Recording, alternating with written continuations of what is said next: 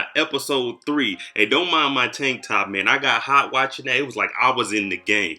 But this is The Last Dance, episode 3 of a 10-part docuseries of the 97-98 Bulls on the road to their second three-peat. So, hey, this is dropping on Monday. Episode 4 is going to drop on Tuesday. Hey, and if you see my other videos and you like my content, please subscribe to the channel. And thanks for watching. Hit the notification bell so you can get something every time I upload. And let's jump right into it. This episode is all about Dennis Rodman and how Rodman fit in and made that last puzzle piece for the Bulls to go on and win their second three-peat. Let's go. Right from the start, they jump in, they start showing us highlights of Dennis Rodman playing for the Bulls, doing what he does best, the dirty work. He's out there getting the rebounds, playing the defense. He's pretty much getting in everyone's face and showing them that, hey, we here to play and this is what we gonna do. See, me, I molded my game after Dennis Rodman. I'm not going to be on here lying to you talking about it. I went out there and put up 20, 30 points a game. I may have hit 20 points one time in my whole career. That street ball, real ball. But I would get rebounds, go up, pass that thing off. I'm only 6 foot, but I could jump with the best of them, man. But Dennis Rodman is what you wanted. That defensive anchor that was going to hold everyone together. And Dennis didn't mind going out there and doing it. He even said it himself. He's willing to risk everything. Break his back, break his nose. He's putting it all on the line to make sure that his team has the best chance for a victory. Now, you can't knock a man that's doing everything he can so you guys can win. I don't care if Jordan be the star. I'm going to play my role and do my job, and that's get these boards for you. So we all know this beginning of this season started off rough. They had Scottie Pippen with not doing his surgery on time and pretty much trying to hold out and get his contract renegotiated. The Bulls are starting off terrible. Dennis Rodman, he really doesn't know what his role is on the team because he's always been the third wheel. So for him, it's like Scottie's not here and MJ is the main guy. Where do I fit in? I'm the third person. I'm just a defensive player. So he didn't really know what he had going on for the team at the moment. And the media still asking Jordan about, hey, what's going on with Pippen? And Jordan's like, man, I'm just trying to play basketball, trying to get the team together so we can get out there and get back to winning like we're supposed to. But like I said, at this point, Rodman doesn't know that he needs to step up. He's just on the team. Like, I normally don't have to step up. It's Jordan. If someone needs to step up, then it's Pippen. And then I just get the rebounds. Don't expect me to do anything besides get rebounds, Jordan. That's not me. Like I was saying, the season was starting off bad. So MJ started detailing the game where Pippen's still out and Dennis Rodman ends up getting a technical foul and gets kicked out the game and leaving Jordan out there by himself. And like we already know that the Bulls are struggling at this point during the season. So it's like, Dennis, you got to step up. You that third guy. You became the second player. So Dennis, he leaves the game and he's mad and everything. And Jordan's just like, damn. And we all know that Dennis didn't really talk to Scottie Pippen and Michael Jordan. But Michael Jordan said after the game, Rodman came to his room, his hotel room, and Rodman never goes to Jordan's room. He knocked on the door. Jordan opens the door. And Rodman just asked him, hey, do you have an extra cigar? Michael Jordan said at this point, he knew this was Dennis Rodman saying that he had messed up. He messed up in that game, and he's going to be more accountable. He's going to step up to the plate. Now, we all know Dennis Rodman wasn't about to go in there and say, hey, Mike, man, I messed up and apologize. That ain't Dennis Rodman's character, not the Dennis that we know. Maybe early Pistons Dennis Rodman, but the Chicago Bulls Rodman was not going to do that. And they smoked a cigar together, and that was pretty much Dennis saying, hey, I'm about to step up and be the player you need me to be while Scottie's out. And that's where the change started to happen. At that point, Dennis became a whole new ball player. He stepped up to the plate for MJ, and he became the player. He started scoring. He was doing all his rebounding. That infamous diving out of bounds where he saved the ball. Yeah, that was Rodman. This is the season all this started happening. Phil Jackson even said Dennis Rodman was the one that held them together while Scottie Pippen was out. So Dennis actually stepped up and became that second player on the, I would say second tier player on the team, but he was a top tier player defensively, but he became that second person on the Bulls, and they changed their record all the way around. They ended up becoming 18-9. They started winning more games. Him and Jordan's chemistry was even better on the court. They still didn't really do too much off-court talking, but on the court, hey, you can see they went up for a rebound together. Dennis Rodman got it. He gave it to Jordan. Jordan looked at him and nodded like, hey, let's get it. They move down the court. They go on and win. At this day, They gelling now. They gelling, boy. Rodman is right up there now. A lot of young people don't know that Pippen wasn't playing for a majority of the beginning of the season, but Rodman was really stepping up. He was holding it down for him. And this is iconic right here. I actually got this picture. If I can find it, I'll show y'all next scene. But I got this picture in my storage. So the backstory about Dennis Rodman is, we all know Dennis was tall, but he didn't play basketball in school. That just wasn't his thing, you know what I'm saying? But he ended up starting to play basketball because at this time he was just doing little jobs, little odd jobs, you know what I'm saying? Staying in friends' backyards and stuff, just because he didn't know where he was headed in life, you know? He said people were doing drugs around him. He just never got into that. And then one day he got a call from a coach that said, hey, we want you to come play basketball in college at Southeastern Oklahoma State University. Crazy thing is, Dennis wasn't no basketball player, but Dennis went out there, he was averaging 27 points, 14 rebounds a game. And he would just sprint the whole game. He said, hey, when I got out there, I would just hoop like, hey, I'm taking off the whole game. He never took a play off. And you wouldn't expect to hear Dennis Rodman was averaging 27 and 14. Like, that's ridiculous for what we know of Dennis Rodman, that could get like 20, 30 rebounds in a game. But when he was in college, that's what he did. And then he went on to get drafted. Hey, that's crazy. He ended up getting drafted to the Pistons. And from there, that's where his basketball career really started to blossom once he got to the Detroit Pistons. And the coach, it took him in. So for him, it was like, hey, this is a father figure helping me out, helping me learn the game more, and helping me take my career to the next level.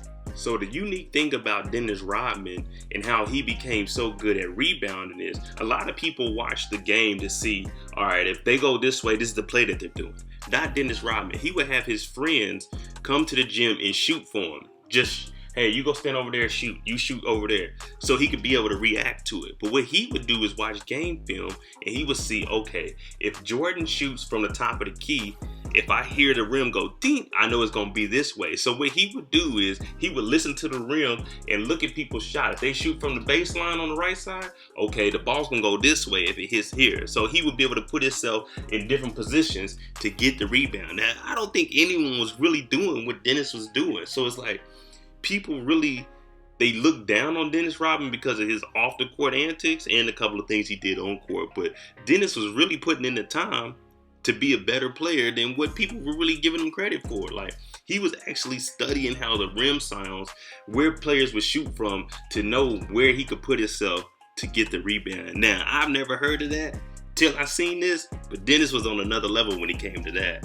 Like, hey, that's why he led the league in rebounds for 5 years. Now, Dennis was a part of a big moment in NBA history, the Bad Boy Pistons. The late 80s were their time.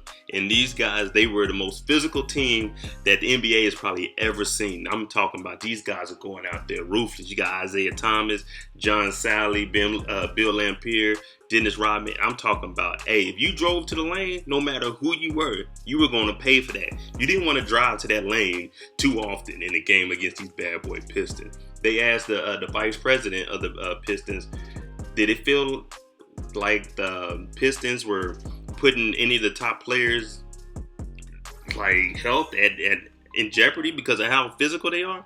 He said the Pistons didn't care. Their job was to go out there, demoralize you, punish you, make you pay for playing against them. These guys were nothing to mess with, man. And this Bad Boy Pistons team, they got back-to-back championships, and they were very, very physical. I'm pretty sure we're going to see a lot of it coming up in this episode.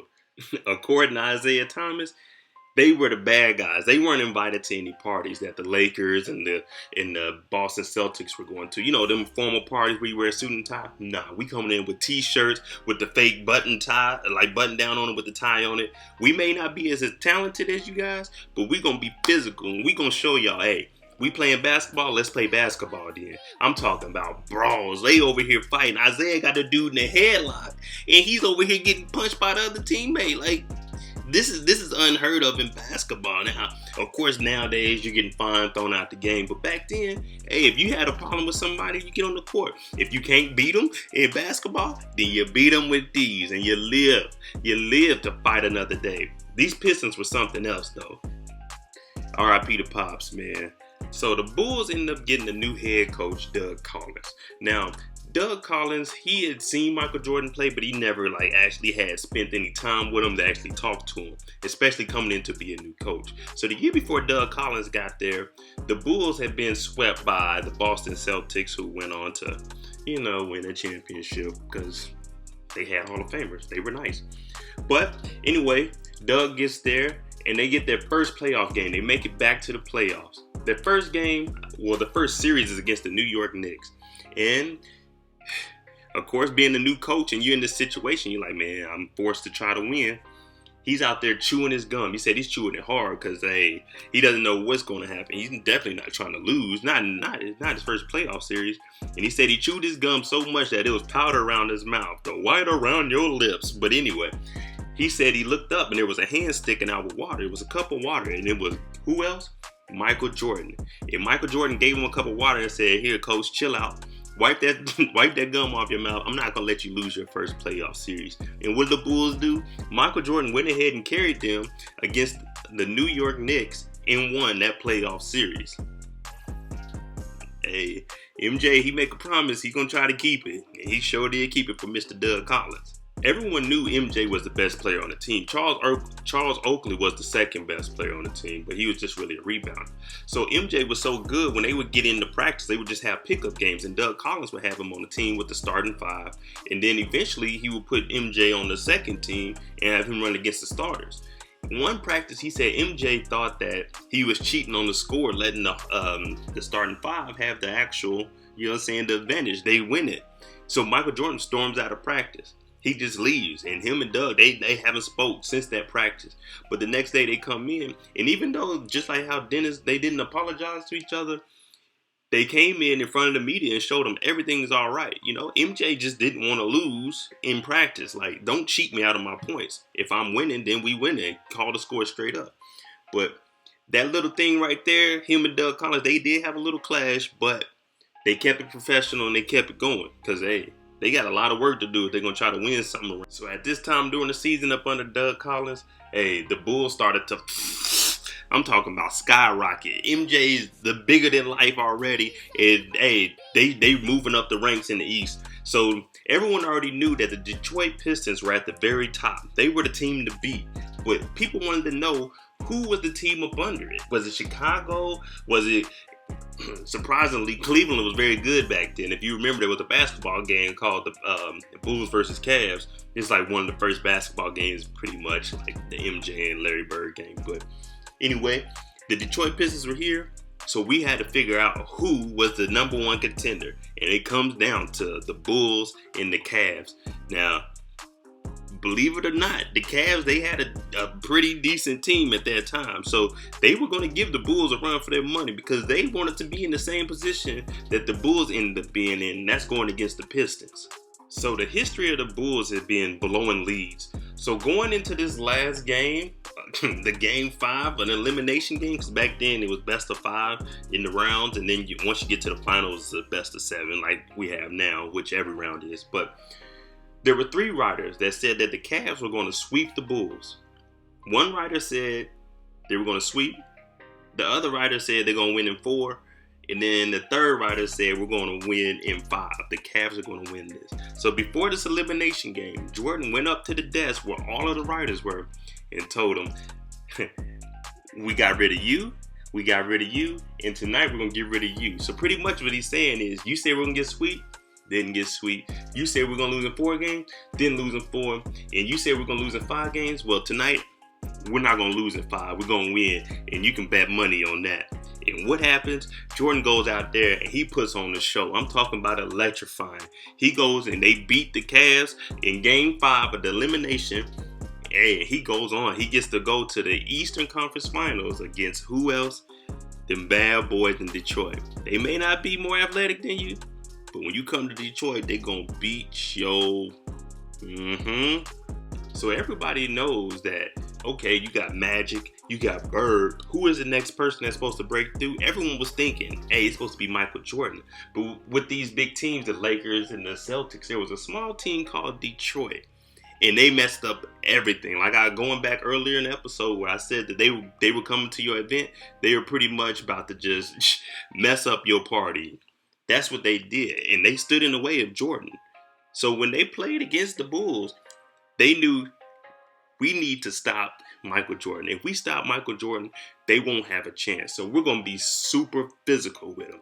But even with all that, Doug Collins, the head coach, even said we didn't back down from it. We took the challenge, and we ended up stealing game 1. So this was a big deal for the Bulls, because now it's like, hey, we got us a win against these bad boys.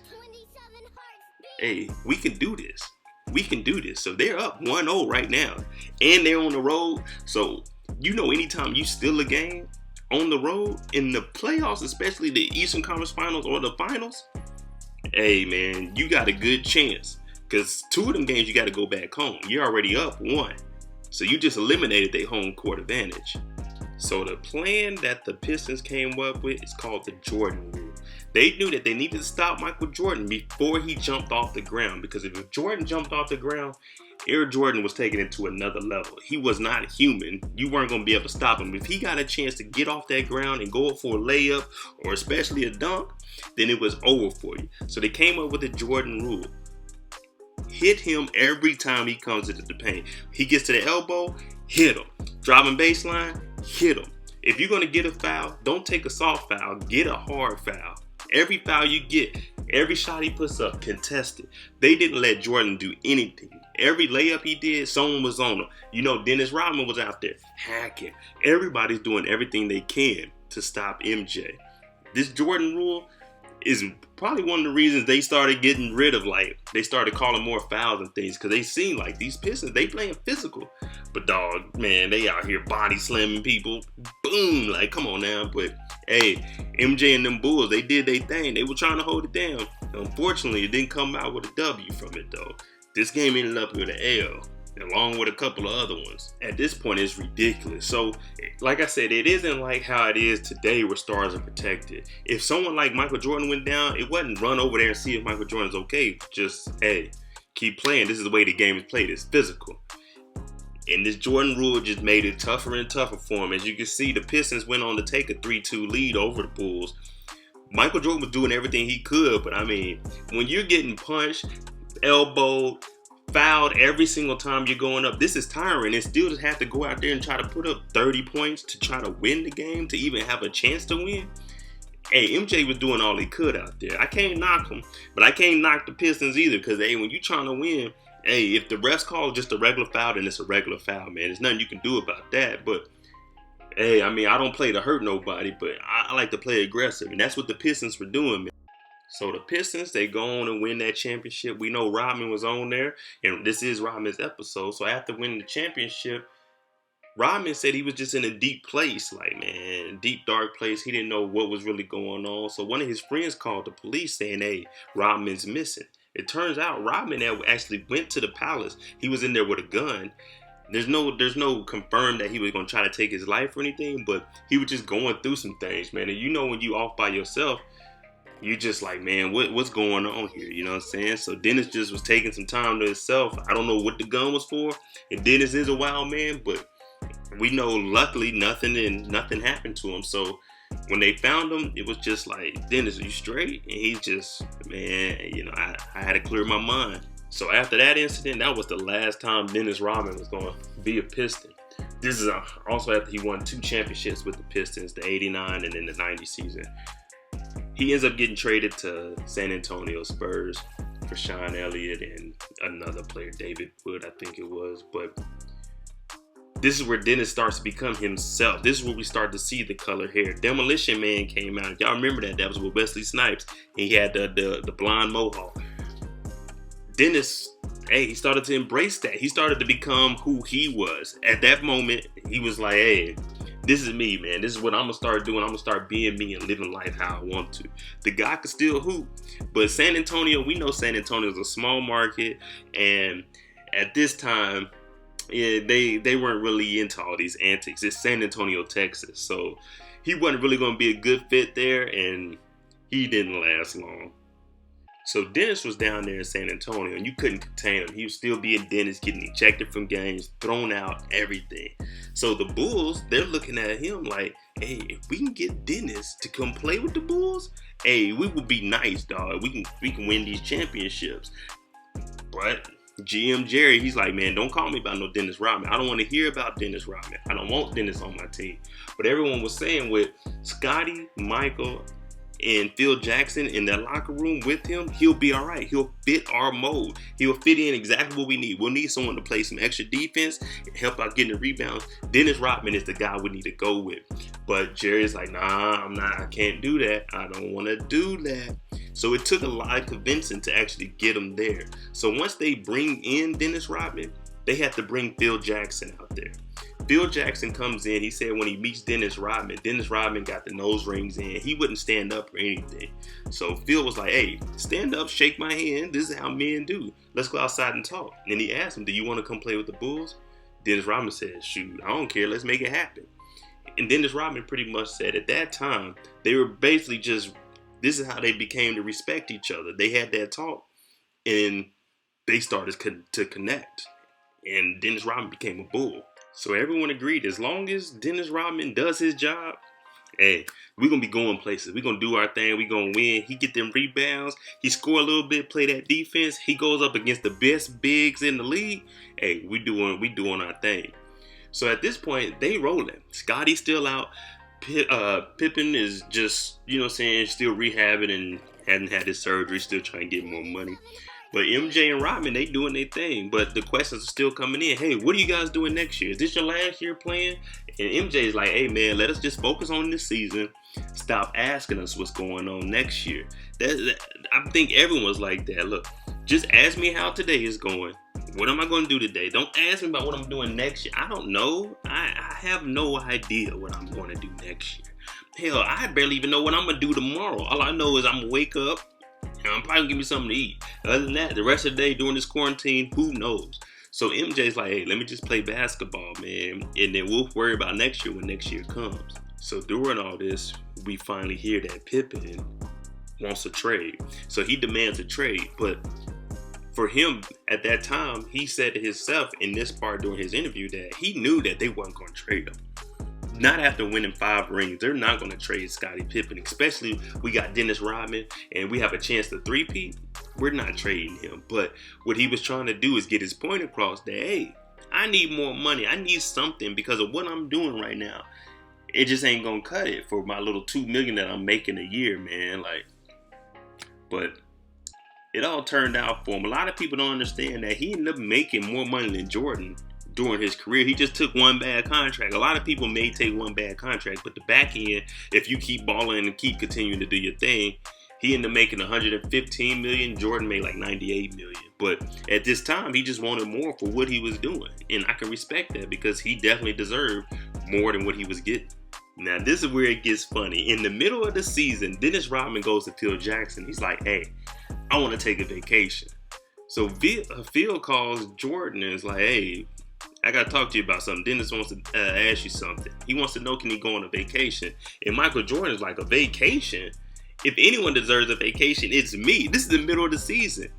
And he tells Phil Jackson straight up, if we let Dennis go on vacation, he may not come back. And if he goes to Vegas, we may not ever hear from him. Because at this point in time, Dennis Rodman is larger than life. If social media was around, he'd be the most talked about guy. I mean, he dated Madonna. He dated Carmen Electra, who was one of the biggest things in the 90s. Madonna's one of the biggest artists. He's wearing wigs, a wedding dress. He's doing all kinds of nonsense.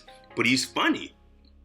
But Jordan tells Phil Jackson straight up, man, we can't let him go on this vacation. So they end up telling Dennis, hey, you got 48 hours. Can you go to Vegas and come back? Dennis Rodman's like, hey, man, I can take whatever I can get. So he took that 48 hours straight to the airport. Vegas, baby. And we know what happens in Vegas. Stays in Vegas. When I tell you wilding out, Dennis is out in Las Vegas doing everything he wanted to. He walking around with a beard. He hops onto a motorcycle, rides off. He got police escorts. No one cares. This is Dennis Rodman. So this is Michael Jordan in the basketball world. But like I just said, in the social media world and in the real world that we're living in, it's Dennis Rodman. He was the man. Steve Kerr pointed out that Michael Jordan and Phil Jackson understood if you wanted to get the most out of Dennis Rodman, you got to let him do what he wants to do, because he's going to, in return, show you, hey, thank you, and I appreciate everything you've done from here. I'm going to give back, and what I'm going to do is I'm going to be the best player you've ever seen. And that's what Dennis Rodman did, was show them, hey, let me live the life that I live, and on that court, I got y'all. I got y'all. That's my word. And the Bulls, it worked for them, man. Let Dennis be Dennis, and Dennis is going to be the player that you want Dennis to be. And I'm talking about, he was at all the top parties. Like, if I was old enough to party back then, I would have been in a, hey, Dennis, where we at tonight? Okay, yeah, we there. For real. Hey, so that's episode 3 of the 10-part series. Hey, Dennis Rodman is a wild dude, but you gotta admit that you love Dennis Rodman's game, and you gotta say that Dennis was being Dennis. Like, you can't knock Dennis for being who he is off the court, because he's gonna give you who you want him to be on the court. But that's episode 3. What do you think about Dennis Rodman and his upbringing and how he fit with the Chicago Bulls? Do you think you would have gave him a chance if you had a chance to sign him to your team? Let's say you didn't have Michael Jordan and Scottie Pippen. Comment below, would you have signed Dennis Rodman to your team to help you out if you were a contending team and had a chance? Me personally, I think I would, because I need someone that's gonna rebound like that. But hey, thanks for watching, man. That's episode 3. Episode 4 will drop tomorrow on Tuesday, same time, early in the morning. I'm probably going to move them forward to 11 a.m. Eastern Standard Time. Hey, if you could do me a favor, follow me on my social media. It's MoedotJ on everything. Instagram is my main go-to. And if you like my content, please subscribe to the channel below. Turn on your notifications, share, like, comment. And hey, I'll see y'all tomorrow for the next episode. Hey, thanks for watching. I'm out. Jimmy on the beat, boy.